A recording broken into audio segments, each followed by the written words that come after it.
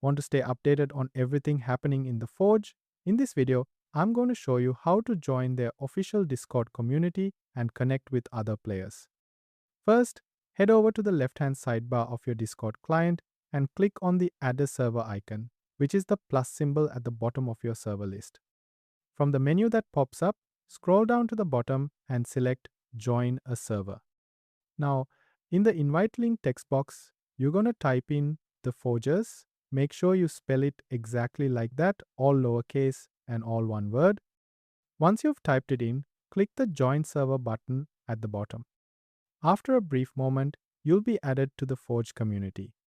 This is the official hub for the Roblox game, and from here, you can customize your experience by selecting your interests, like game updates or event pings, and you're all set to start exploring the server. And that's it, you're now part of the Forge community. If you found this guide helpful, don't forget to drop a like on the video. See you next time.